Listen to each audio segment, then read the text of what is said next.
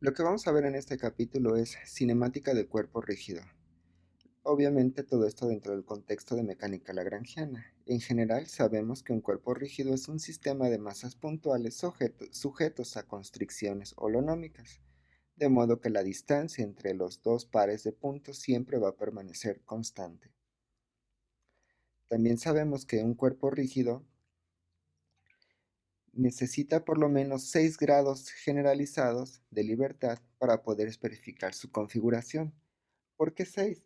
Bueno, imagínense que tengo un sistema, entonces por lo tanto yo le pongo en el centro un sistema coordenado. Recuerden que normalmente el sistema coordenado está en el centro de masa. Entonces aquí con ese sistema coordenado yo puedo describir dos pares de puntos. El problema es que si este cuerpo rígido que está aquí gira ya hacia alrededor del eje Z o gira alrededor del eje Y o X, yo no me voy a dar cuenta. ¿Por qué no me voy a dar cuenta? Porque el eje está anclado ahí y el eje se va a mover como se mueva el cuerpo rígido. Entonces ahí ya tengo 3 grados de libertad. Lo que necesito hacer es meter otro eje y que el otro eje pivotee en el centro de masa con este que está aquí. Un eje se va a mover con el cuerpo rígido y el otro eje va a estar fijo. Entonces cuando un eje gire me voy a dar cuenta que el otro eje va a tener un pequeño ángulo. ¿Sí? Algo más o menos de esta forma. Entonces lo que va a pasar aquí es que tenemos el cuerpo rígido y el otro sistema está pivoteando. ¿Sí? Recuerden entonces cuando se desplaza el sistema coordenado X, Y, Z, este sistema se va a dar cuenta que el otro se movió un pequeño ángulo. ¿Sí? Entonces por lo tanto me voy a dar cuenta cuando el cuerpo rígido gire o se mantenga fijo. Entonces, como son 3 grados del sistema de referencia que está incrustado en el centro de masa, más aparte otros 3, que está pivoteando con el otro para que después se den cuenta de ese pequeño desfase. ¿Ok? Entonces, por eso es que nosotros necesitamos 6 grados de libertad para poder expresar un sistema cuerpo de masa. ¿Ok? Entonces la pregunta es, bueno, ¿cómo hacemos esto? O sea, ¿cómo expresamos ese sistema coordenado matemáticamente? Esto lo vamos a hacer básicamente a través de los cosenos directores. En general, ya han visto los cosenos directores. Recuerden que un coseno director básicamente es el ángulo que hay si tienen un sistema coordenado, digamos así, en Z, y aquí es X, y ustedes aquí tienen, por ejemplo, un vector. Entonces recuerden que hay un coseno director que es de X al vector. Aquí va a haber un ángulo que se le nombra alfa. Va a haber otro ángulo que se le nombra beta, que es del eje Y al vector. Y hay otro ángulo que se le nombra gamma, que es del eje Z al vector. Estos son lo que se le nombra los tres cosenos directores. Supongamos que tenemos este vector A y este vector A tiene componentes en X, tiene componentes en Y y tiene componentes en Z. Entonces, el coseno director alfa simplemente es la componente del vector en el eje X entre la magnitud del vector.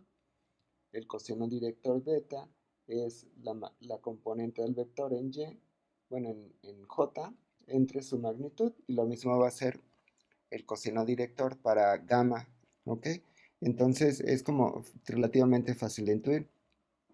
Aquí el punto ahora es que voy a tener tres vectores, es decir, voy a tener el ángulo X, entonces voy a considerar que este X' es como si tuviera un vector, después el Y' va a ser como si tuviera otro vector, y entonces voy a tener el Z como si tuviera otro vector. ¿Ok? Entonces voy a tener tres vectores, o sea, X va a tener tres vectores. Si ahora veo el eje Y, voy a tener el ángulo del eje Y con el X', el Y', el Z', voy a tener otros tres, y después cuando tenga el Z, pues voy a tener otros tres. Entonces, por lo tanto, voy a tener como si tuviera 9 cosenos directores. ¿Ok? Y esto es básicamente lo que queremos expresar matemáticamente. Entonces, ¿cómo van a estar dados? El alfa 1 simplemente es el coseno del ángulo que hay entre el vector primado en Y, ¿sí? Que esto es equivalente a que si yo tuviera el producto punto, recuerden que el producto punto está relacionado con el coseno.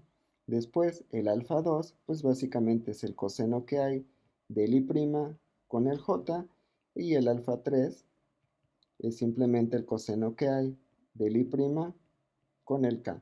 Y estos van a ser los tres cosenos directores, ¿okay? para el ángulo, para el eje X. Entonces yo puedo reescribir a Y' como una componente que le voy a llamar en A, una componente que le voy a llamar en J que le voy a llamar B, más una componente en C, que era lo que había escrito acá arriba, pero ya lo borré. ¿Sí? Entonces, ¿qué va a pasar cuando yo haga el producto punto de I punto Y'? Entonces simplemente me va a quedar la componente A, que en este caso la componente A pues es igual a alfa 1.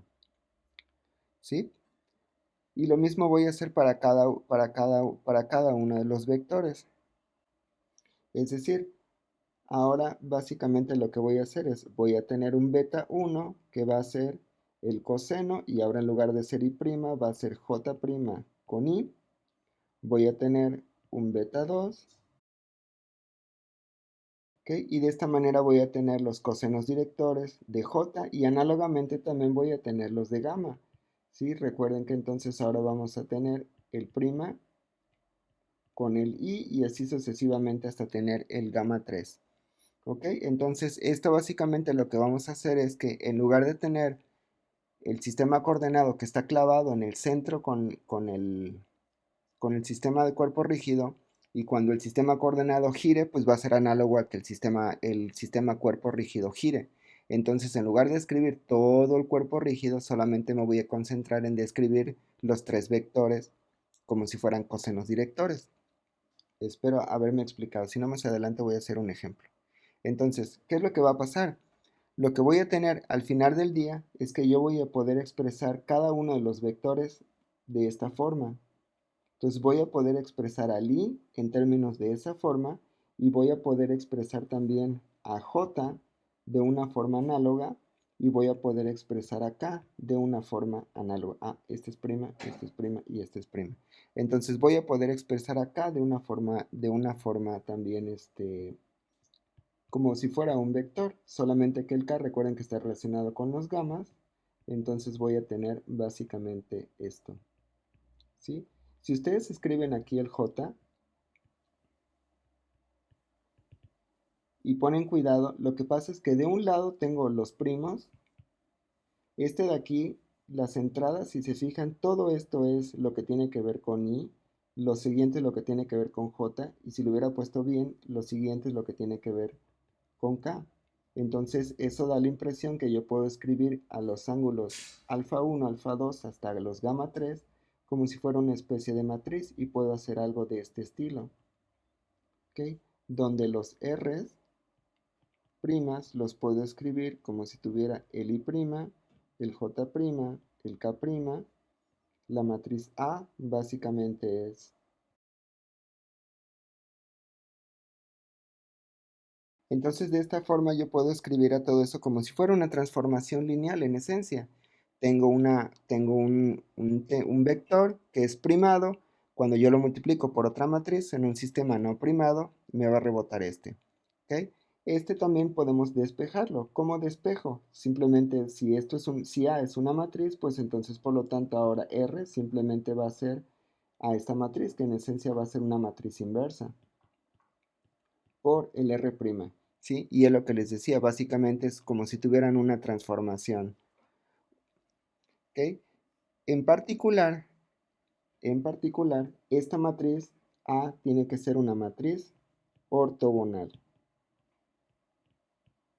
¿Por qué necesito que A sea una matriz ortogonal? Lo que pasa es que físicamente para que me represente un sistema coordenado, A tiene que ser una matriz ortogonal, que esto ya lo habían visto en esencia cuando vieron álgebra lineal, ¿ok? ¿Qué propiedades tiene una matriz ortogonal? La matriz ortogonal tiene la propiedad de que la matriz inversa es igual a la matriz transpuesta.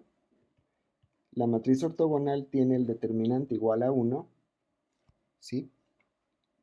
Y les decía, bueno, ¿por qué tiene que ser físicamente una matriz? Tiene que ser ortogonal. Lo que pasa es que si ustedes ven el sistema coordenado es ortogonal. Entonces, de aquí el nombre de una matriz ortogonal. Otra propiedad física que debe tener este sistema es que, por ejemplo, si yo quiero llevar el eje Z a que esté en el eje X, lo debo de llevar a través de un giro, a través de una rotación. ¿Ok? Entonces, Esa es una propiedad de una matriz ortogonal, que las matrices ortogonales nos describen las rotaciones. Por ejemplo, si yo quiero llevar a Z a que esté abajo, entonces debo de girarlo completamente, 180 grados. No puedo hacer algo de este estilo, que aquí tenga X, que aquí tenga Y que aquí simplemente tenga Z. O sea, yo no puedo agarrar a Z e invertirlo hacia abajo. Espero haberme explicado. Es como si Z lo bajaran simplemente hacia menos Z. ¿Okay? Esto no representa una matriz ortogonal. Toda matriz ortogonal tiene que ser de 90 grados. Tiene la propiedad de que la inversa es igual a la transpuesta y su determinante es igual a 1. Y además también nos pueden describir rotaciones. Matemáticamente es lo que se le conocen como las matrices S o, en este caso, como es de 3 por 3, serían las SO3. ¿Okay? Donde S quiere decir de special, eso lo que significa es determinante 1, el O tiene que ver con lo ortogonal y el 3 porque es una matriz de 3 por 3, ¿sí? Entonces, así es como los cosenos directores nos ayudan a describir físicamente un cuerpo rígido. Lo único que tenemos que hacer es, en esencia, tenemos el sistema cuerpo rígido, montamos un sistema coordenado, que en este caso sería un Z, un Y y un X, y estos siempre van a estar fijos. ¿Sí? Si el sistema cuerpo rígido ahora rota, entonces yo me voy a dar cuenta porque se va a desplazar del sistema original. ¿Sí? Voy a tener dos sistemas coordenados que están pivoteando. Uno va a estar fijo en el cuerpo rígido y otro se va a quedar siempre ahí fijo. No se va a desplazar con el cuerpo rígido. Cuando el cuerpo rígido rote, pues es análogo a que los tres vectores x, y, z' ahora roten. Entonces, en lugar de escribir un cuerpo rígido, al final del día lo que voy a estar describiendo simplemente son cosenos directores, solo que ahora voy a tener tres cosenos directores en X, en Y y en Z. Por eso es que ahora va a tener básicamente como una matriz de transformación. ¿Okay? Voy a hacer un ejemplo para que esto les quede así un poco más claro cómo se describe esta matriz de transformación y por qué esta matriz de transformación debe de ser ortogonal y su determinante es 1. Imaginemos que tenemos un cuerpo rígido en dos dimensiones, entonces lo podemos escribir simplemente como XY, y imagínense que este es el eje Z, el cual estoy poniendo un puntito y está saliendo directamente hacia ustedes. Entonces ahora imagínense que está rotando alrededor del eje Z, entonces simplemente va a estar girando aquí, ¿sí? En lugar de describir el cuerpo rígido, lo que yo les decía, bueno, es análogo a simplemente quitar el cuerpo rígido, dejar el sistema coordenado. Y ahora en lugar de tener el sistema coordenado y el cuerpo rígido, voy a suponer que tengo este que está aquí, que en esencia va a ser el desplazamiento que va a tener el cuerpo rígido. Entonces, en lugar de tener el cuerpo rígido, simplemente voy a tener los vectores X y Y, que van a ser los ejes en realidad X y Y. Y lo voy a poder escribir con los cosenos directores. ¿Ok? Entonces, ¿cómo describimos matemáticamente un cuerpo rígido, en este caso, en dos dimensiones? ¿Se acuerdan que les decía que habíamos visto la matriz A de transformación? Que la matriz A estaba dada por los alfa, los betas y los gamas. La diferencia es que aquí los gamas no van a existir porque va a ser coseno de 90 grados, que van a ser 0. Entonces todo se va a reducir a una matriz de 2 por 2, con el alfa 1, el alfa 2, el beta 1 y el beta 2. ¿Ok? Donde recordemos que los alfas en realidad están dados por los cosenos. Entonces, alfa va a ser el coseno del i' con el i, que es en esencia el ángulo que hay del i primado con el i. Este es el primado y aquí está el i, entonces en este caso es muy claro ver que el ángulo que hay ahí simplemente sería el coseno de alfa. Después, perdón, coseno de phi. El alfa 2 sería el coseno de i' con j. En este caso, este sería el i primado, ¿ok? Hasta el ángulo que hay con el eje x2, que básicamente sería de aquí a acá, ¿ok? Entonces, ¿qué es lo que va a pasar? Del i' al x2' hay 90 grados, entonces sería 90 menos este pequeño angulito que está acá, que en ese caso sería phi. Entonces lo puedo escribir como coseno de 90 menos phi, o pi medios. Y cuando hacen el doble ángulo, lo que les queda es que el coseno del doble ángulo les va a quedar el seno de alfa. ¿Sale? Entonces después voy a tener el beta 1, que es el coseno que hay en J' con I. Entonces si hacemos ahora lo que voy a tener del ángulo que hay de J' hasta el ángulo I, que sería todo esto que está aquí. Nuevamente, aquí hay 90 grados más este que está aquí, entonces sería no coseno de 90 más phi. ¿Sí? Cuando desarrollan el doble ángulo, eso les queda menos seno de phi. Y finalmente, el beta 2, que va a ser el coseno que hay entre J' y J. Entonces finalmente el J' con J, este es el J' y aquí está el J, entonces simplemente este es ángulo que está aquí, que en realidad es phi, entonces sería coseno de phi. Y con eso podemos tener la transformación que sería x1 con el x2', que básicamente lo podemos ver como el coseno de phi con el x1 más el seno de phi con el x2. Y acá vamos a tener menos el seno de phi de x1 más el coseno de phi con el x2, o sea, con el y. Y esto lo podemos también expresar en notación matricial. Simplemente recuerden, aquí ponemos los primados. De este lado ponemos la matriz, que sería coseno de phi. Y de este otro lado simplemente ponemos x1 y ponemos x2. Recuerden que x1 es análogo a x y el x2 pues básicamente se le análogo a y. Entonces ahí está la matriz de 2 por 2 y esto es lo que me dice la matriz de transformación. Cómo pasa del x primado al no primado. ¿Ok? Le decía, ¿qué propiedades tiene esta matriz? Bueno, esta matriz tiene la propiedad de ser ortogonal. Una forma de ver la ortogonalidad más rápido de tener la ortogonalidad más rápido, en esencia lo podemos ver básicamente a la matriz que satisface la delta de Kronecker. ¿Qué significa la de que satisfaga la delta de Kronecker? En este caso la delta de Kronecker de IJ pues simplemente va a ser 1, 0, 0, 1. Esta matriz de identidad tiene que satisfacerla. ¿A qué me refiero? La delta de 1, 1 lo voy a tener básicamente como el AI1 por el A y 1, ¿sí? Entonces I puede tomar valores básicamente 1 y 2. Entonces, ¿qué sería el 1, 1 más el A21 con el A21?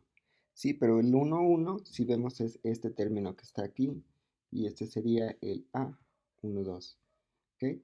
Entonces, básicamente lo que tenemos es coseno cuadrado de phi más el término 2, 1, 2, 1 es este A21, entonces sería menos seno con menos seno al cuadrado y esto me da 1.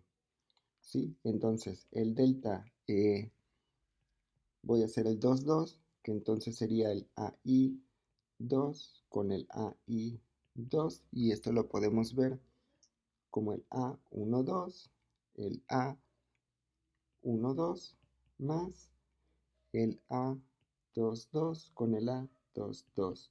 Nuevamente el A12 en realidad es seno, entonces va a ser seno cuadrado de phi más, y el A22 simplemente es coseno, entonces sería coseno cuadrado.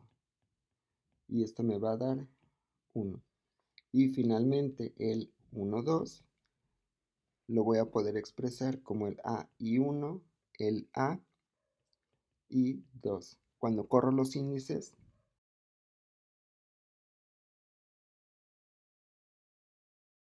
¿sí? Entonces, por lo tanto, si se fijan, me dio que la delta de 1, 1 vale 1, la delta de 2, 2 vale 1 y la delta de 2, 1 vale 0. Entonces, por lo tanto, esta matriz A que está aquí, en realidad sí es una matriz ortogonal.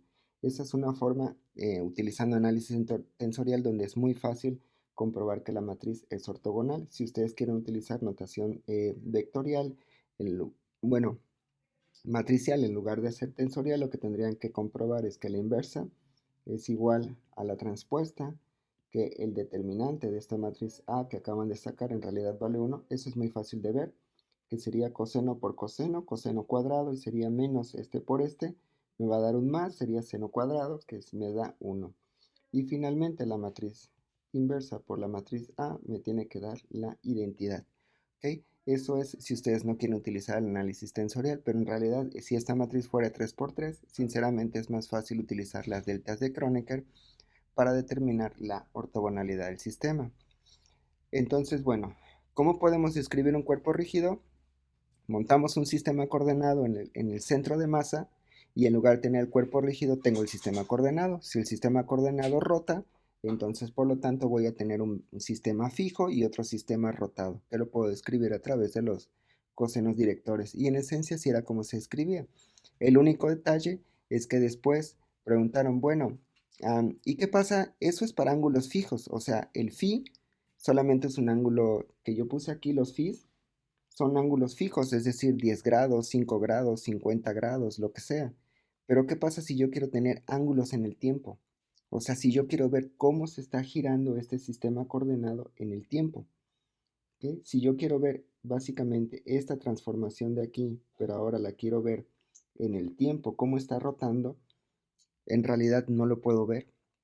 Bueno, con los cosenos directores no lo puedo hacer. Con los cosenos directores es como una imagen está aquí y segunda imagen está acá. Yo no puedo ir viendo cómo va haciendo esto básicamente. Bueno, soy muy malo dibujando, eso ya lo saben. Pero yo no lo puedo ver cómo es que lentamente está rotando. Porque los cosenos directores no tienen información temporal.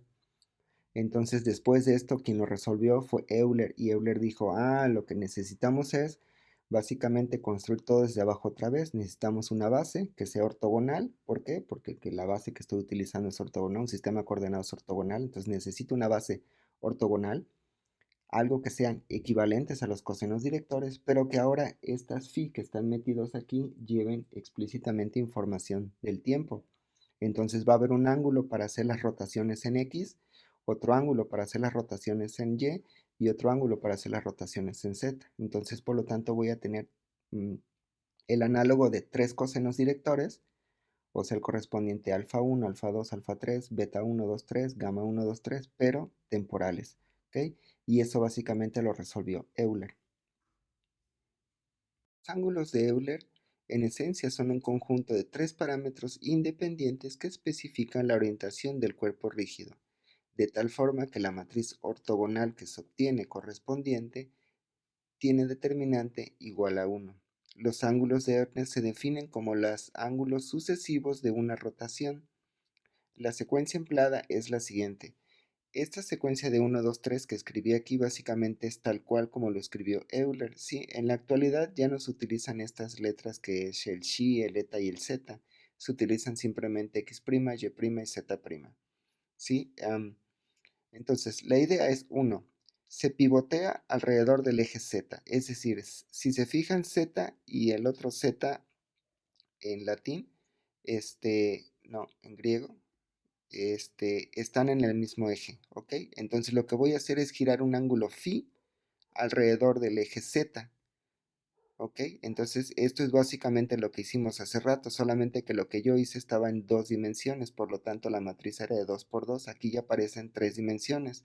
De todas formas va a seguir el coseno, pero ahora la diferencia es que va a ser el coseno de aquí a acá, que va a ser de 90 grados, entonces me va a dar 0 en X.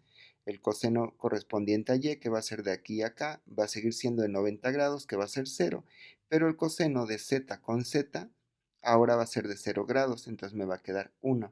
¿Sí? Ahorita construyo la matriz para que les quede más claro cómo es la matriz en esta transformación. ¿Ok? Después, lo que se hace es, una vez que se rotulan los ejes, ahora este que le nombro aquí, Xi, que básicamente es el eje X', entonces ahora este es el que pivotea y se gira el eje, se podría decir que gira el eje Z y el eje Y alrededor de este eje, ¿sí? De hecho aquí lo vemos, se levanta un poco el ángulo y este es el que queda fijo y este se gira un determinado ángulo teta, ¿ok? Entonces, mientras X nos va a dar giros abajo, Z, lo que va a hacer es levantarlo, ¿sí? Entonces ese es el ángulo teta. Y finalmente a esta línea que está aquí, el eje básicamente sería mi eje x', que sería en este caso mi eta prima, es lo que se le nombra la línea de nodos, que es en esencia la línea donde intersectan los tres planos. ¿Por qué los tres planos? Porque ahora lo que voy a hacer es este z', lo voy a dejar pivoteado y voy a rotar alrededor de él, así en contra de las manecillas del reloj, que básicamente es este giro que está acá. ¿Ok? Entonces, ¿cuáles son los tres ángulos de Euler? Es phi, pivotea z, es teta, pivotea el phi' y lo que es psi, aquí está psi, donde pivotea z', que es este. ¿Sí? Y en esencia son los tres ángulos de Euler. La diferencia con los cosenos directores es que los cosenos directores son ángulos fijos y estos tres ángulos de Euler ya llevan información temporal. Ustedes pueden ir haciendo la rotación poco a poco y estos ángulos de Euler les van a decir cómo se está moviendo en el tiempo. ¿Sí? No es como hace rato que simplemente estaba aquí y gira y gira y gira como a pasos, ¿no? Ahora va a girar como un continuo. Entonces, recapitulizando, esta es una imagen que bajé en matemática. Entonces, la idea es, espero no saturarlos demasiado con la imagen, pero la idea es, si se fijan aquí, esto es el ángulo phi, le voy a poner los ejes. Entonces, si se fijan, este es el ángulo z, z y z', x y x' y y', ¿ok? Entonces, primero lo que hago es lo desplazo un ángulo phi, entonces si se fijan el z y z' coinciden, ¿ok? Entonces estoy haciendo girar un ángulo phi, ¿ok? Que ahí está en rojo, ¿sí? Después, posteriormente, lo voy a tratar de dejar aquí enfrente. Entonces, posteriormente voy a girar un ángulo teta que quedamos que era que se mantenía fijo el x' y aquí lo están viendo. Si se fijan, se está desplazando el z' y se está desplazando el y', pero el x' permanece fijo, eso significa que está pivoteando el eje x', ¿ok? Esto básicamente es la rotación, un ángulo teta. ¿Sí? Entonces, imagínense que giramos un ángulo teta ahí. Y finalmente lo que me falta es pivotear en el eje Y. Entonces lo que hago es giro y si se fijan, ahí está. ¿Sí? Y este es lo que se le nombra el ángulo psi. ¿Ok? Que es en esencia sería el eje Z'. A ver, déjame ver. Ahí creo que se va a ver bien ahí. Entonces, ahí está. Si se fijan, el eje Z' se está moviendo y se está desplazando el X' y el Y'. Entonces, eso significa que el Z' está pivoteando. Y este es básicamente el ángulo. ¿Ok? Entonces, en esencia, esos son los ángulos de Euler. Las rotaciones pivoteando Z, pivoteando X' y pivoteando Z'. No se acostumbra a pivotear Y' porque básicamente el Y' es equivalente al Z' una vez que se hace la rotación. ¿Ok? Pero esos son los tres ángulos de Euler. Y aquí les dejo escrito en esencia cómo es que Euler dio esta transformación así literal. Él llamó, en ese entonces llamó Xi eta Z. Les repito, ya casi no se acostumbra, simplemente se le ponen ángulos primados, pero básicamente él construyó todo, construyó las matrices. Ahorita voy a construir la matriz de rotación básicamente para Z y ya ustedes construyen las otras dos. Lo que vamos a hacer a continuación es construir la matriz A de transformación, en este caso en tres dimensiones. Recuerden que la matriz básicamente es R' por A por R, ¿sí? Solo que ahora va a ser en tres dimensiones. Recuerden que básicamente la matriz eran los cosenos que ahora iban a ser el coseno de X' con X, que va a ser para la primera entrada, el coseno de X' con y en la tercera entrada voy a tener el coseno de X' con Z. Y básicamente esto lo tengo que llenar completamente. Sí, es decir, aquí tengo que tener el coseno de Y' con X.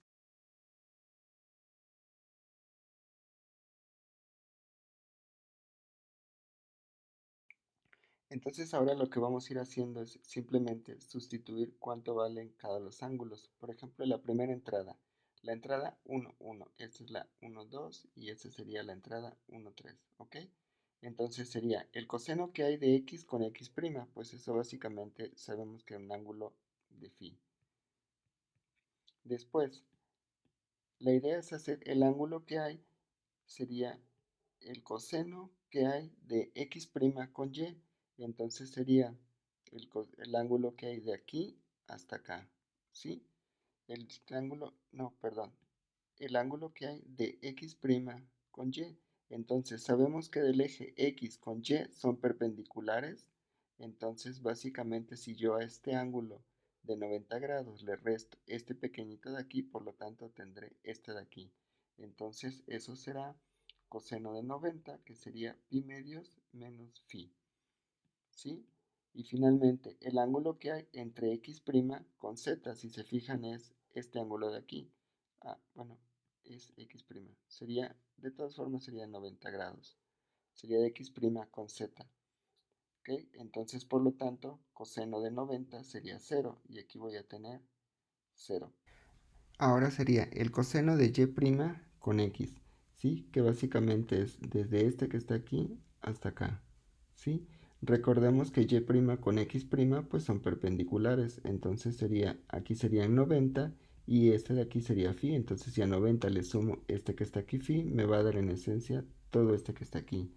Entonces sería coseno de pi medios más phi.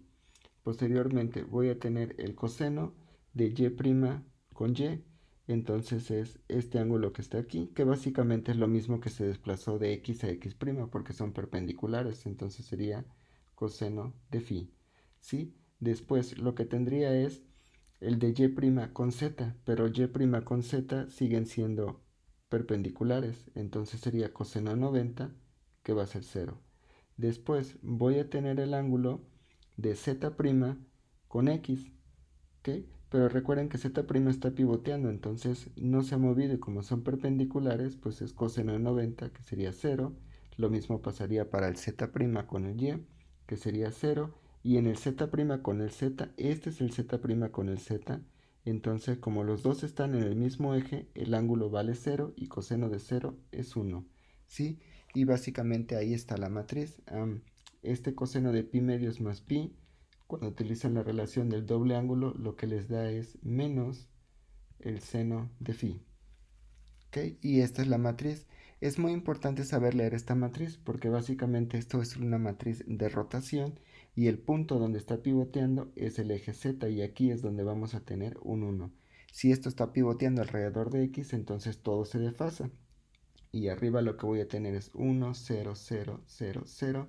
Y esta matriz de cosenos que está acá va a aparecer ahora de este lado, ¿sí? Y esa sería como una rotación alrededor del eje X. Alrededor del eje Y les decía, no aparece tal cual por el hecho de que se rotulan los ejes, pero básicamente el 1 aparece en esta posición, ¿sí? Entonces, estas son las matrices em, de Euler, que básicamente las podemos escribir como un X'I' por una matriz D, que va a ser una matriz D por X, ¿okay? Donde está A en realidad, ahora le voy a denotar como D. Después, cuando haga la otra rotación que les comentaba que era respecto del eje X'I', entonces le voy a llamar C por esta matriz Xi respecto del orden que había puesto, y finalmente lo que vamos a tener es el X', que va a ser una matriz B por una matriz Xi, ay, no me salió, por una matriz Xi', ¿sí? Entonces, cuando hago básicamente la sustitución de cada una de estas, es decir, voy a tener X' y en lugar de tener Xi, sustituyo esto de aquí, entonces voy a tener la B por el C Gi, y en lugar de tener Gi, ahora voy a sustituirlo por esto, que sería el de X, ¿ok? Entonces me va a quedar una matriz B, una matriz C por una matriz D por la matriz X, ¿ok? Donde básicamente estas tres las puedo ver nuevamente como una nueva matriz y entonces ya me queda que X' sería igual a un A por X. Sí, solamente que recuerden que el producto de las matrices no conmuta, entonces sí es muy diferente primero rotar phi, después rotar psi y después rotar teta, que seguir el orden que les acababa de escribir anteriormente. La propiedad que siguen teniendo estas matrices de Euler es que siguen siendo ortogonales. Recuerden, significa que la inversa es igual a la transpuesta y que por lo tanto la inversa por la matriz A me va a dar la identidad y que también su determinante es 1. ¿Sí? Estas son las propiedades que tiene una matriz ortogonal. En este contexto son muy importantes porque la base que estamos utilizando es ortogonal, por lo tanto la matriz también tiene que reflejarse que es ortogonal. Y en esencia esas son las matrices de Pauli. Perdón, son las matrices de Euler.